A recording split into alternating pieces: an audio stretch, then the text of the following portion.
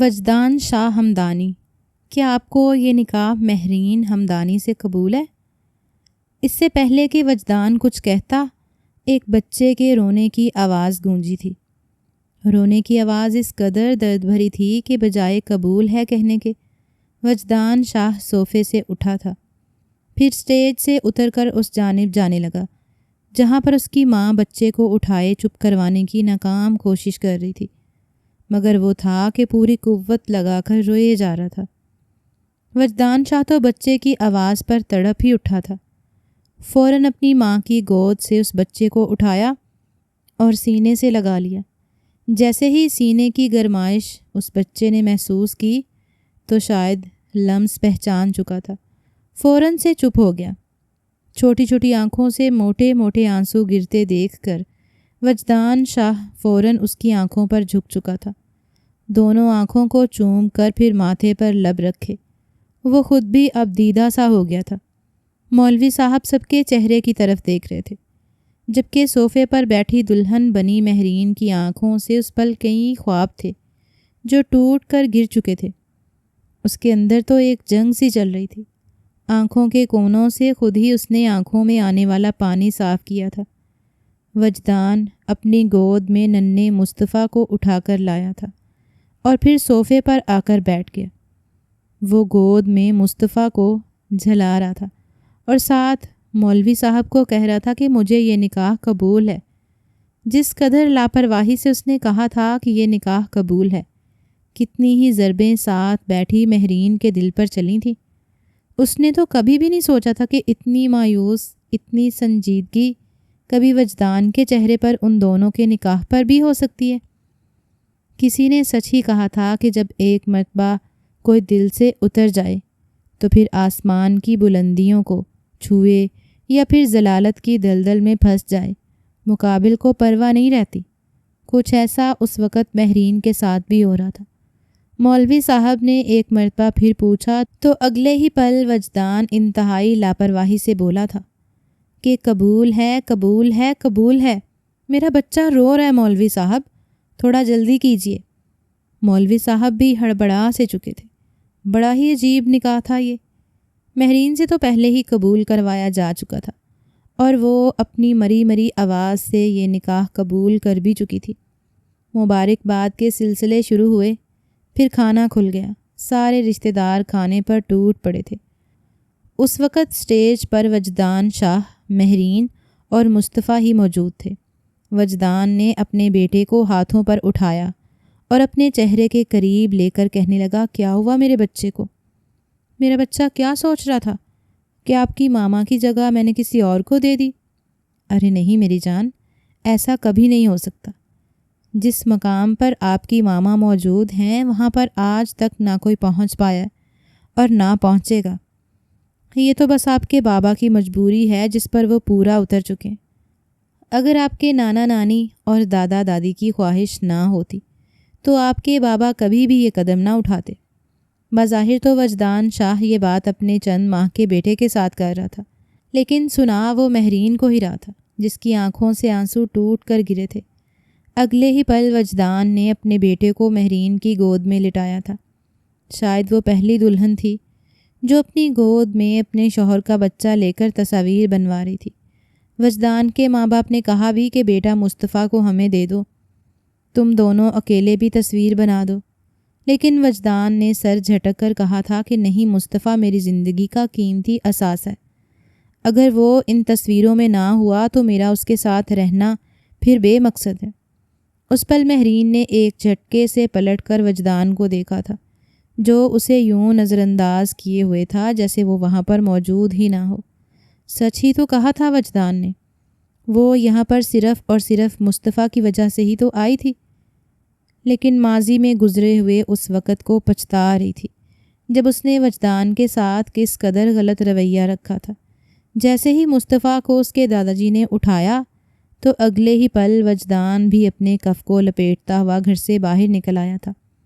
مہرین تن تنہا رہ چکی تھی، شکایتی نظروں سے اپنے ماں باپ کو دیکھ رہی تھی، مگر وہ اس کے پاس آ کر اسے یہ سمجھا رہے تھے کہ بیٹا دھیرے دھیرے سب کچھ ٹھیک ہو جائے گا۔ ماں باپ جو فیصلہ کرتے ہیں وہ غلط نہیں ہوتا، تم فکر مت کرو۔ یقین مانو اگر مصطفیٰ کی پرواہ نہ ہوتی تو کبھی بھی وجدان کی زندگی میں دوسری عورت شامل نہ کرتے۔ چہرے پر سنجیدگی سجائے وجدان کی چھوٹی بہن آئی تھی۔ بظاہر تو یہ ایک نکاح تھا، لیکن سب کے ہی چہرے اترے ہوئے تھے۔ آگے بڑھ کر اس نے انتہائی بے رخی انداز میں مہرین سے کہا تھا کہ چلو بھابھی، آپ کو بھابھی کے کمرے میں چھوڑ دوں۔ اتنا کہہ کر وہ اگلے ہی پل اپنی زبان اپنے دانتوں سے کاٹ چکی تھی۔ پھر اپنے سر پر خود ایک تھپڑ مار کر کہنے لگی کہ ارے نہیں نہیں، جبین بھابھی کا نہیں، وجدان بھائی کا کمرہ۔ یقیناً ان کی روح آج بہت تڑپ رہی ہوگی، نہ جانے وہ کس حالت میں ہوں گے۔ خیر آئیے، آپ کو میں ان کے کمرے میں چھوڑ آتی ہوں۔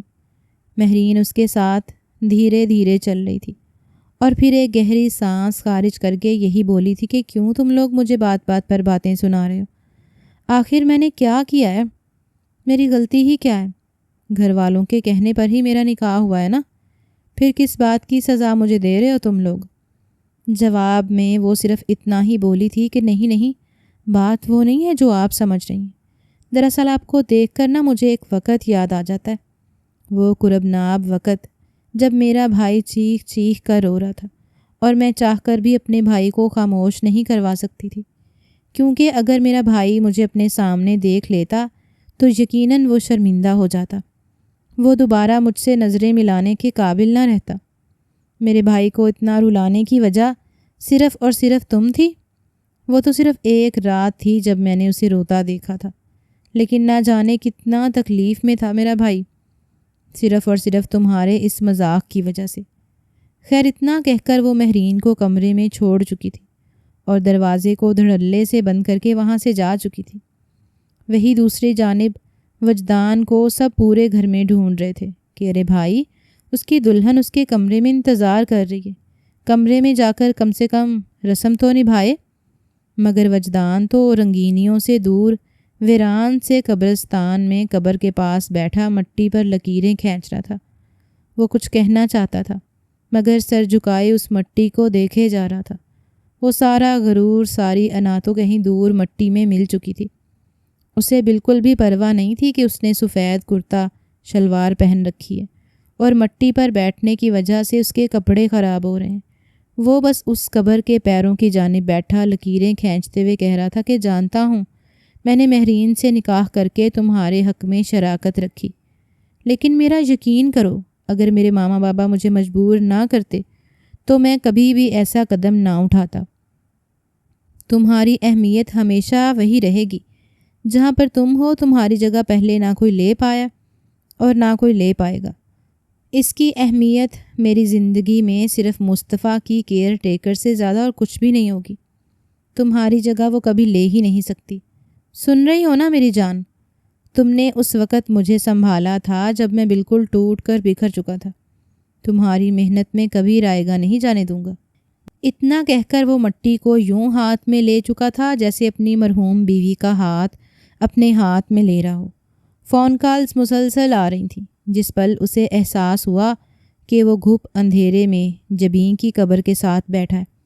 وہ اگلے پل سر جھٹکا چکا تھا، اپنی آواز کو تھوڑا نارمل کیا اور کال اٹھایا۔ اس کے بابا کی آواز گونجی تھی، وجدان بیٹا یہ کیا طریقہ ہے؟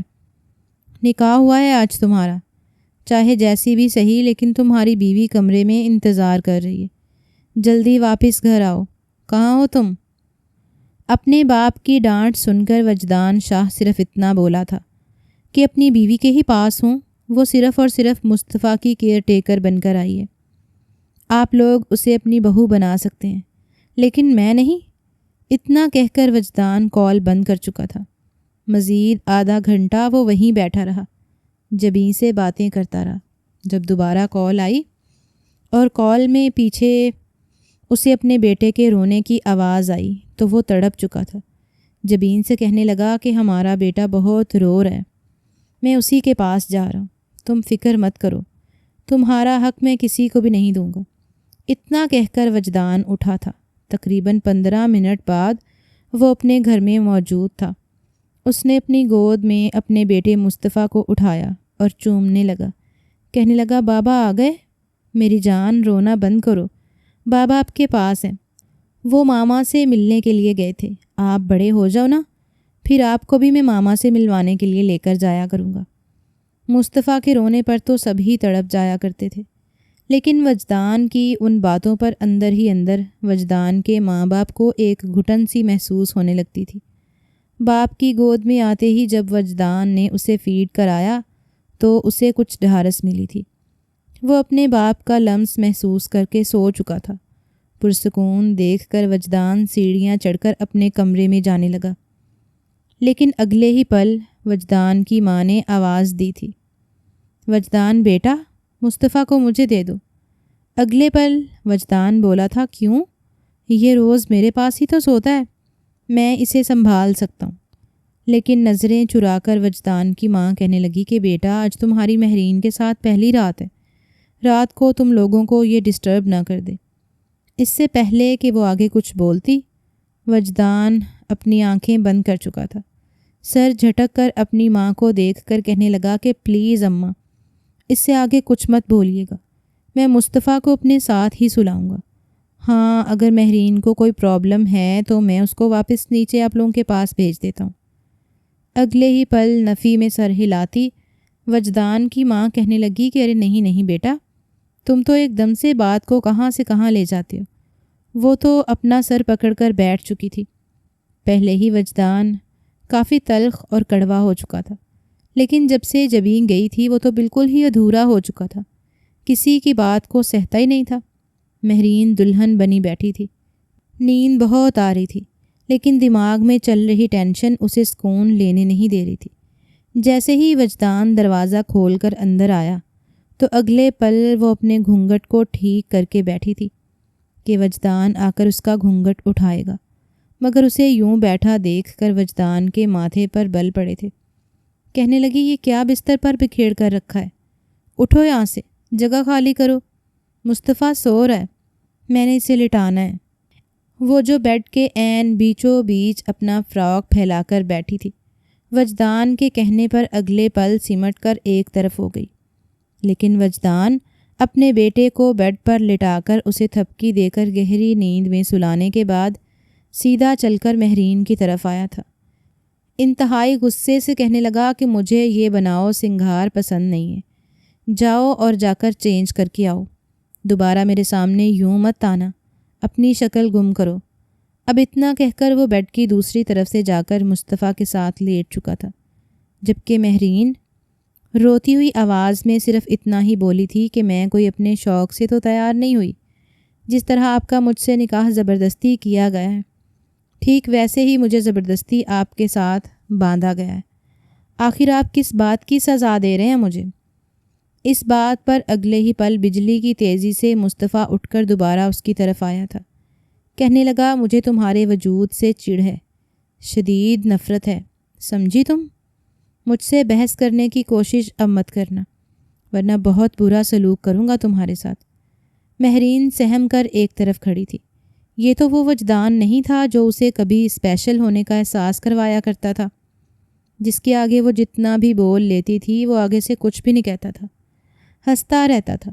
مگر شاید وہ دسمبر کی تڑپ وجدان کے دل میں اس کی اہمیت بالکل صفر کر چکی تھی۔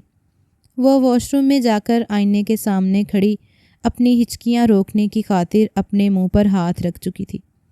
آنسو بہہ کر گالوں پر جا رہے تھے اور ساتھ ہی دھندلا سا وہ وقت یاد آنے لگا۔ دسمبر کی یخا یک ہوائیں رگوں میں خون تک کو جمانے کی صلاحیت رکھتی تھیں۔ اس وقت مری کے ایک خوبصورت علاقے میں جہاں چاروں اور بڑے بڑے درخت اور ان پر برف کی لپٹی ہوئی چادر بڑا ہی پرکشش منظر پیش کر رہی تھی۔ درختوں کے سوکھے پتے برف کی چادر پر گرے انتہائی دل فریب منظر پیش کر رہے تھے، اور اس کے بیچ ہمدان شاہ کی پوری فیملی ٹرپ کے لیے یہاں پر آئی ہوئی تھی۔ شدید برف باری کی وجہ سے واپسی کے راستے تو بند ہو چکے تھے، لیکن اس وقت وہ مری کے جس علاقے میں موجود تھے وہ بڑا محفوظ تھا۔ آج برف باری کچھ کم تھی تو وہ سبھی گھومنے پھرنے کے لیے باہر نکل آئے تھے۔ وجدان ہمدانی کی نظریں تو مسلسل اس ایک چہرے کا ہی طواف کر رہی تھیں۔ اس کے لیے ٹرپ یادگار ثابت ہونے والا تھا، بار بار ہنستی کھلکھلاتی مہرین کو باغور دیکھا، کبھی مسکرا کر تو کبھی کچھ ایسی نظروں سے کہ مہرین شرما جاتی۔ شدید سردی کی وجہ سے جب مہرین نے اپنے ہاتھوں کو آپس میں رگڑ کر گرمائش دینا چاہی تو تبھی وجدان ہمدانی نے اپنے بازو پھیلا کر دوبارہ خود کو ہی اپنے حصار میں لیا تھا، گویا اشاروں ہی اشاروں میں وہ مہرین کو بتانا چاہتا ہو کہ میرے اس حصار میں آ جاؤ، یہاں پر آنے کے بعد تمہارے وجود کی حرارت دوبارہ سے بحال ہو جائے گی۔ اس کے اشارے پر بھی مہرین نے اسے گھور کر دیکھا تھا، کیونکہ آس پاس اس کے ماں باپ اور وجدان کے ماں باپ بھی موجود تھے۔ تبھی ایک جانب کو ڈھابہ نما ہوٹل پر چائے اور انڈا پکوڑا کھانے کے لیے سبھی رکے تو عرفان صاحب اپنے گھٹنوں پر ہاتھ رکھ کر اپنے مفرل کو ساتھ لپیٹتے ہوئے کرسی پر بیٹھے اور کہنے لگے کہ لو بھائی، میں تو یہیں پر بیٹھ گیا، اب مزید چلنا تو میرے بس کی بات نہیں ہے، تم بچے جاؤ انجوائے کرو، آج شام پھر واپس گھر کی طرف بھی نکلنا ہے۔ کہہ رہے ہیں کہ راستہ صاف کر دیا گیا۔ یوں ہم 5 کزن برف بھاری انجوائے کرتے آگے نکل آئے تھے۔ وجدان جانتا تھا کہ اس نے کیا کرنا ہے۔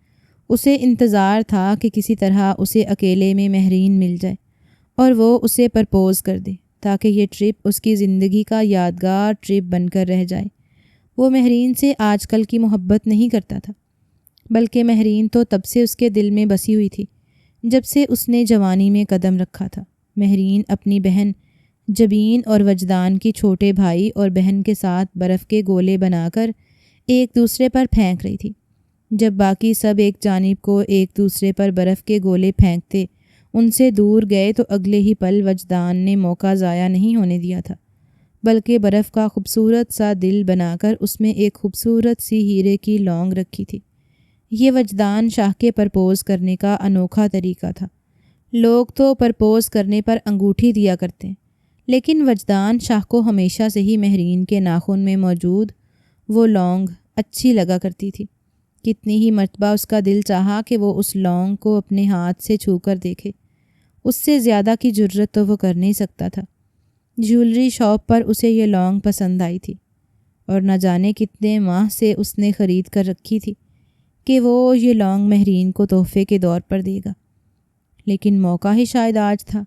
جیسے ہی وہ لوگ وہاں گئے اور مہرین ہنستی ہوئی واپس پلٹی تو سامنے گھٹنوں کے بل بیٹھے ہوئے وجدان شاہ پر نظر گئی، جس کے چہرے پر مسکراہٹ تھی اور ہاتھوں میں آگے ایک مخملی ڈبیا میں لونگ چمک رہی تھی۔ وجدان شاہ نے مسکراتے ہوئے مہرین کی آنکھوں میں دیکھا اور کہنے لگا، مزید کتنا آنکھ مچولی کھیلو گی؟ میں تم سے بے تحاشا محبت کرتا ہوں، یہ بات تو تم بھی نوٹ کر ہی چکی ہو، تو اب مزید دیر نہ کرتے ہوئے میں چاہتا ہوں کہ تم ایک مرتبہ ہاں کر دو اور پھر ہم یہاں سے واپس جاتے ہی اپنے گھر والوں کو تمہارے ہاں بھیجوں اور پھر ہم دونوں کی شادی ہو جائے۔ میں جانتا ہوں میرے پرپوز کرنے کا طریقہ تھوڑا الگ ہے، لیکن کیا کروں، پہلی مرتبہ کر رہا ہوں نا، تو قبول کر لو۔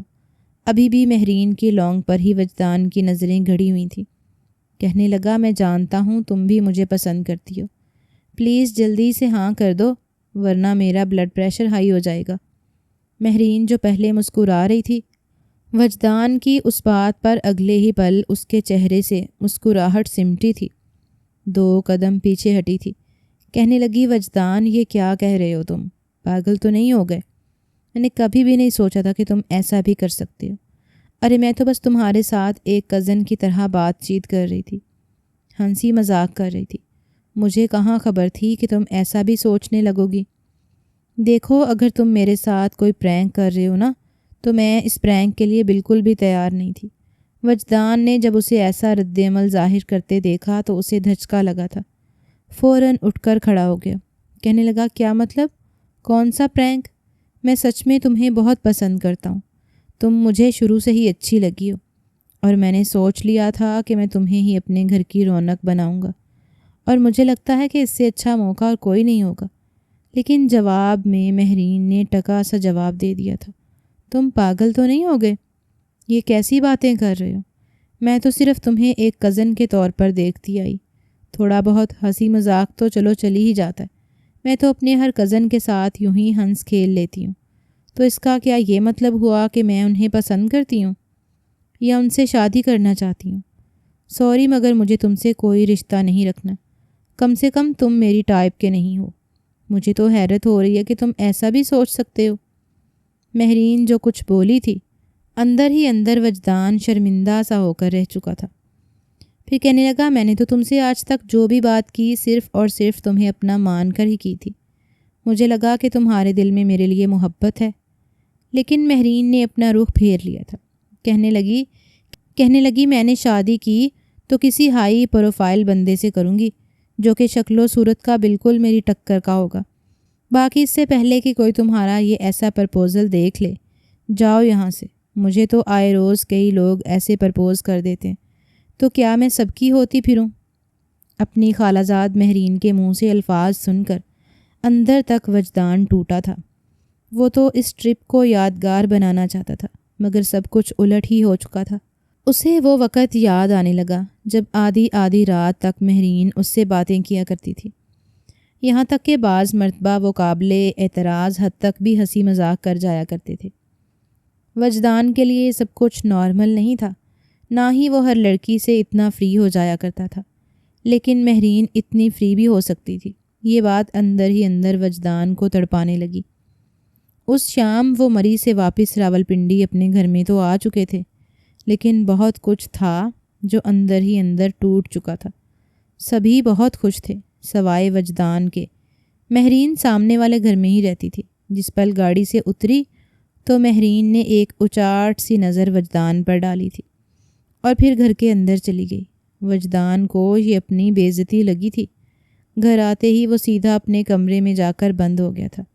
سب اس ٹرپ کی تصویر دیکھ رہے تھے اور وہ اپنے کمرے میں بیٹھا اندر ہی اندر سلگ رہا تھا۔ آخر ایسا ممکن بھی کیسے تھا؟ اب تک کیا مہرین صرف اسے دھوکہ دیتی آئی تھی، یا پھر جس طرح کے لڑکے اپنے خاندان کی لڑکیوں یا باہر کی لڑکیوں کے ساتھ وقت گزارتے ہیں، مہرین بھی ویسے ہی کر رہی تھی؟ اس نے تو مہرین کو بہت عزت دی تھی، کبھی بھی اس کے بارے میں اس طرح سے نہیں سوچا تھا۔ اب تک وہ مذاق میں اس کی انسلٹ کرتی آئی تھی، اسے باتیں سناتی آئی تھی، اس کی رومانٹک باتوں کا جواب بھی ویسے ہی دیتی آئی تھی۔ تو کیا یہ سب کچھ صرف اور صرف ایک مذاق تھا؟ ایک لڑکی کی شخصیت پر یہ سب کچھ سوٹ تو نہیں کرتا جس طرح مہرین اس کے ساتھ کرتی آئی تھی۔ ایک وقت لگا تھا وجدان کو سدھرنے میں، اپنے دل سے مہرین کی محبت کو نکالنے میں، کیونکہ مہرین ابھی بھی وجدان کے ہاں آئی تو یوں ہی وجدان کے ساتھ ہنس کر باتیں کیا کرتی اور اکثر مذاق میں اس کا مذاق بھی اڑا دیتی کہ الو ہو تم پورے کے پورے، میں صرف کزن ہونے کے ناطے تمہارے ساتھ مذاق کر لیتی ہوں اور تم روایتی مردوں کی طرح محبت سمجھ بیٹھے تھے۔ ایک عرصے تک وجدان اسے وقت دیتا رہا کہ ہو سکتا ہے اس کی محبت جاگ جائے اور اپنا رویہ سدھار لے، لیکن جب اسے احساس ہو گیا کہ اس نے اپنا دل غلط جگہ لگایا تھا، مہرین تو کبھی اس کے پیار کے قابل ہی نہیں تھی، تو اس کی محبت غصے میں بدلنے لگی۔ وجدان مہرین سے بدلہ لینا چاہتا تھا، بس کسی بھی طرح وہ اسے بتانا چاہتا تھا کہ اس نے وجدان کی محبت ٹھکرا کر کتنی بڑی غلطی کی ہے۔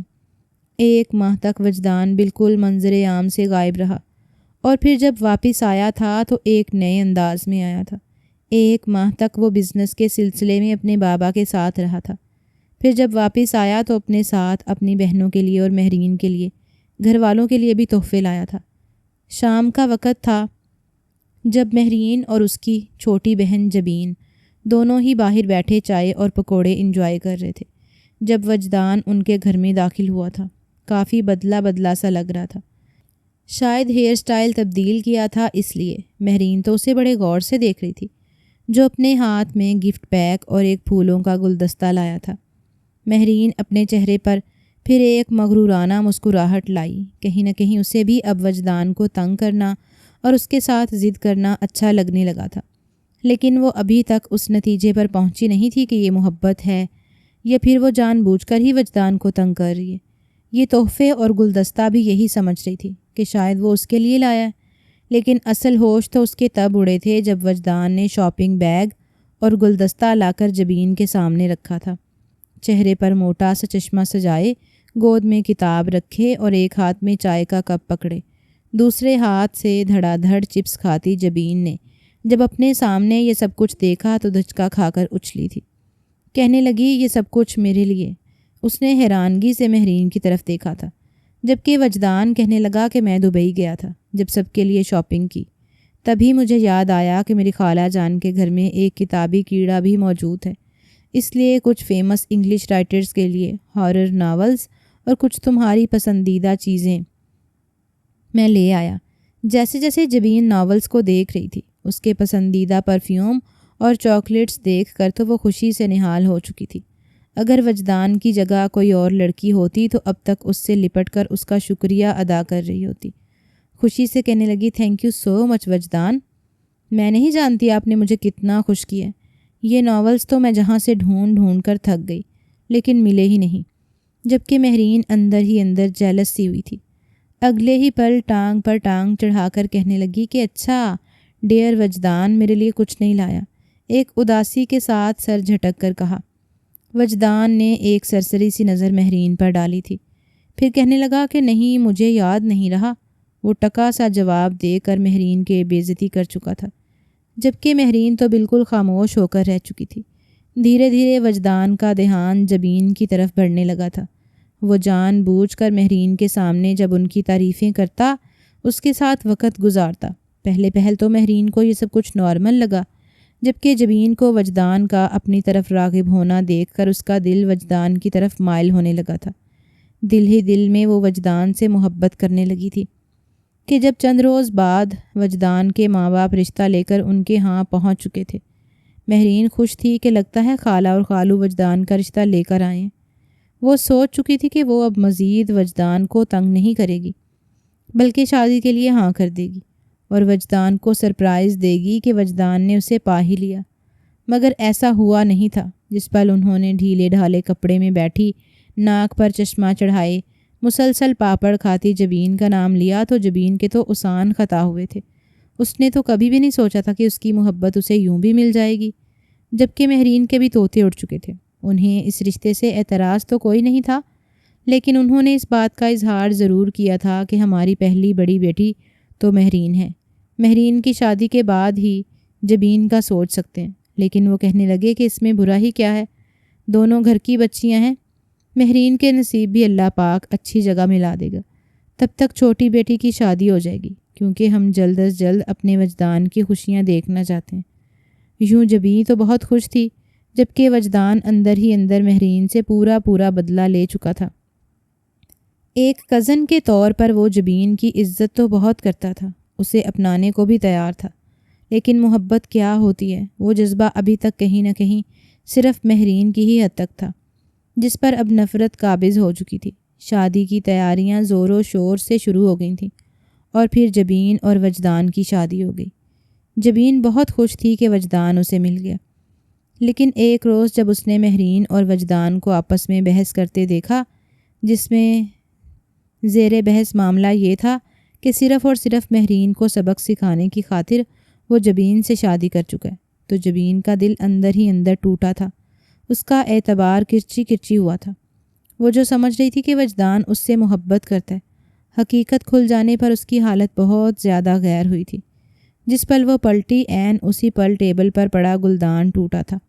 وجدان کے تو اس پل ہوش اڑے تھے اور مہرین بھی گھبرائی تھی۔ دونوں نے جبین کو سمجھانے کی بہت کوشش کی کہ یہ سب کچھ پہلے کا معاملہ تھا، ہم تو بس ہنسی مذاق میں ایک دوسرے کے ساتھ مذاق کر رہے تھے، لیکن جبین اس حد تک ٹوٹ چکی تھی کہ خود کو کمرے میں بند کر لیا۔ رو رو کر وہ اپنی حالت غیر کر چکی تھی، آنکھوں کے نیچے سیاہ حلقے پڑ چکے تھے۔ اس پل وجدان کو احساس ہوا تھا کہ اصل محبت اس سے جبین کرتی ہے، اس کے راز کھلنے پر اسے کس قدر تکلیف ہوئی ہے۔ یہی وہ وقت تھا جب وجدان کے دل میں جبین کے لیے محبت کی کونپلیں پھوٹی تھیں۔ وہ جبین کے قدموں میں گر کر کان پکڑ کر بولا تھا کہ مجھے معاف کر دو، میں وعدہ کرتا ہوں کہ آج کے بعد میں شکایت کا موقع نہیں دوں گا اور ہم ہنسی خوشی زندگی گزاریں گے۔ کسی کو یہ حق حاصل نہیں ہوگا کہ ہمارے بیچ آئے۔ پہلی اور آخری غلطی سمجھ کر اسے جبین نے معاف کر دیا تھا، اور اس کے بعد سے وجدان کی اصل محبت کی حقدار صرف جبین ہو چکی تھی۔ ان دونوں کو خوش دیکھ کر مہرین بھی ایک طرف ہو چکی تھی۔ کیونکہ بہرحال اسے اپنی بہن سے بے تحاشا محبت تھی۔ دھیرے دھیرے وقت یوں ہی آگے گزرنے لگا۔ جبین پریگننٹ ہو گئی، لیکن ڈلیوری کے وقت کچھ ایسی پیچیدگیاں آئیں کہ وہ اپنے بیٹے مصطفیٰ کو اس دنیا میں لے آئی تھی، مگر خود اس جہاں فانی سے پردہ کر گئی۔ یہ وقت وجدان کے لیے انتہائی اذیت ناک تھا۔ وہ چیخ چیخ کر رو رہا تھا اور بس خود سے یہی کہہ رہا تھا کہ اسے تو محبت بھی راس نہیں آتی۔ ابھی تو جبین سے محبت ہونا شروع ہوئی تھی اسے، لیکن کیا ہوا، اس سے اس محبت کو بھی چھین لیا گیا تھا۔ اس کی جبین اسے چھوڑ کر چلی گئی۔ مہرین کے اس دھوکے کے بعد وہ کچھ تلخ تو ہو ہی چکا تھا، لیکن جبین کے جانے کے بعد تو وہ بالکل ہی بدل کر رہ گیا۔ اس سے محبت تھی تو اب صرف اور صرف مصطفیٰ سے تھی۔ مصطفیٰ کو ایک ماں کی ممتا چاہیے تھی، ایسے میں مہرین ہی تھی جس نے ایک ماں بن کر آگے بڑھ کر مصطفیٰ کو سنبھالا تھا۔ یہی وہ وقت تھا جب مہرین اور وجدان کے ماں باپ نے سوچا تھا کہ مصطفیٰ کی خاطر ہمیں مہرین کی شادی وجدان کے ساتھ کر دینی چاہیے۔ ماں باپ کے وعدے قسموں اور مصطفیٰ کی خاطر وجدان شادی تو کر چکا تھا، لیکن کبھی بھی مہرین کو وہ جگہ نہیں دے سکتا تھا۔ وقت یوں ہی آگے گزرنے لگا۔ مہرین مصطفیٰ کو بالکل ایک ماں کی طرح پالنے لگی۔ اس سے اسے اپنی بہن کی خوشبو آتی تھی۔ ایک روز جب وجدان گھر آیا تو مصطفیٰ بے تحاشا رو رہا تھا۔ اس کے ماتھے سے خون آ رہا تھا۔ وجدان کی ماں بھی رو رہی تھی اور مہرین بھی وجدان چلا کر پوچھنے لگا کہ کیا ہوا اس کے ساتھ، کیسے لگی ہے چوٹ اسے۔ مہرین کپ کپاتے ہوئے کہنے لگی کہ میں اسے ادھر صوفے پر بٹھا کر گئی تھی اس کے لیے فیڈر بنانے، مگر یہ نیچے گر گیا اور میز کا کونا اس کے ماتھے پر لگ گیا۔ وجدان کو اس قدر غصہ آیا تھا کہ وہ ایک تھپڑ اس کے منہ پر مار چکا تھا۔ کہنے لگا تم غیر ذمہ دار کیسے ہو سکتی ہو؟ فرش پر بٹھا دیتی اس کو یا پھر امی کے پاس چھوڑ دیتی۔ تمہاری وجہ سے میرا بچہ اتنا زخمی ہو گیا۔ وجدان فوراً اسے ہسپتال لے کر گیا۔ ڈاکٹر نے ماتھے پر پٹی کی تھی، لیکن وہ اس قدر روئے جا رہا تھا کہ وجدان کی گود میں بھی سکون نہیں لے پا رہا تھا۔ جیسے ہی گھر آ کر اس نے مہرین کو دیکھا تو مصطفیٰ مہرین کی طرف بازو پھیلانے لگا۔ وجدان نے بہت کوشش کی کہ اسے مہرین سے دور کر دے، لیکن وہ اس کی گود میں جاتے اس کے گلے سے لگ گیا اور سسکنے لگا۔ کچھ دیر بعد چپ بھی ہونے لگا تھا، لیکن پھر اپنے بابا کی طرف دیکھ کر رونے لگا۔ شاید وہ دونوں کو ایک ساتھ اپنے قریب دیکھنا چاہتا تھا۔ وہ مہرین کے گلے لگا ہوا تھا اور وجدان اس کے کندھوں پر تھپک رہا تھا۔ شاید وہ آج ان دونوں کو ایک دوسرے کے قریب لانا چاہتا تھا۔ جیسے ہی وجدان کا ہاتھ اٹھا تھا تو وہ پھر رونے لگتا۔ وہ دونوں ہی اسے کمرے میں لے آئے تھے۔ نیند دراز ہو کر مہرین لیٹی تھی اور اپنے سینے پر اس نے مصطفیٰ کو لٹایا تھا۔ نہ چاہتے ہوئے بھی وجدان پہلی مرتبہ مہرین کے ساتھ ہی نیم دراز ہو کر بیٹھا تھا، اس کے کندھوں پر تھپکی دے رہا تھا۔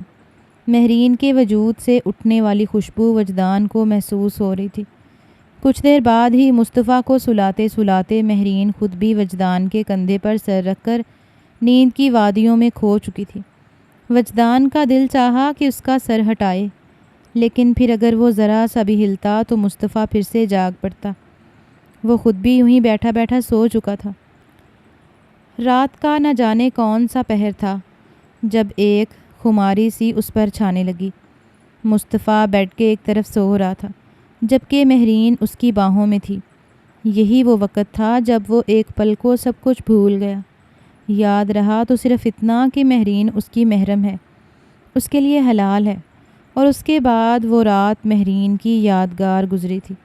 ساری رات وجدان اس پر اپنی شدتیں لٹاتا رہا۔ نرمی کا تو سوال ہی پیدا نہیں ہوتا تھا، اور نہ ہی نرمی کی توقع مہرین نے کی تھی۔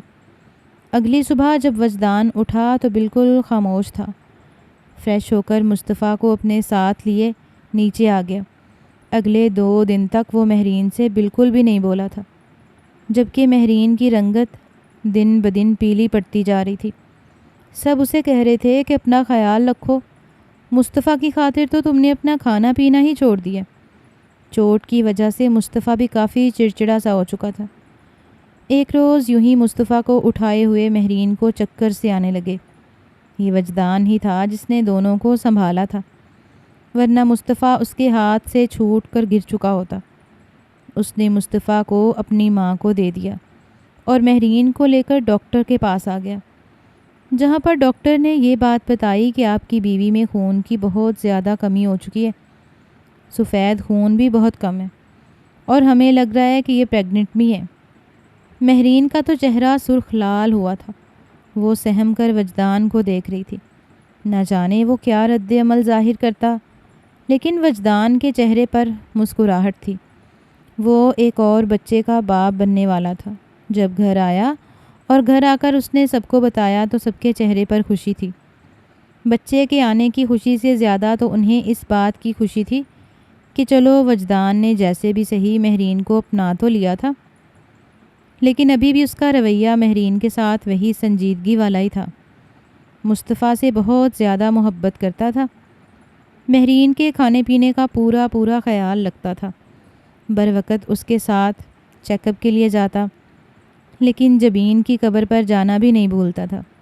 مہرین جانتی تھی اس نے اپنی جگہ بہت پہلے ہی اپنی بہن کو دے دی تھی، اور اب وجدان جس قدر محبت جبین سے کر چکا ہے، دوبارہ مہرین کے لیے وہ مقام پانا آسان نہیں ہے، اور شاید ہی کبھی زندگی میں اسے وہ مقام واپس مل سکتا، کیونکہ وہ وجدان کی زندگی میں آنے والی دوسری عورت تھی۔ مہرین نے ایک بیٹی کو جنم دیا تھا۔ وجدان کی یہ خواہش بھی پوری ہو چکی تھی کہ وہ ایک بیٹی کا باپ بنتا۔ جو مقام مصطفیٰ کا تھا وہ مصطفیٰ کا ہی تھا۔ اس بیٹی کا نام وجدان نے جبین رکھا تھا۔ شادی کو 7 سال گزر گئے تھے۔ مصطفیٰ اور جبین دونوں اسکول جانے کی عمر کو بھی پہنچ گئے، لیکن پھر بھی آج تک وجدان کے کمرے سے جبین کی اور وجدان کی شادی کی تصویر کو کوئی ہٹا نہیں سکا تھا۔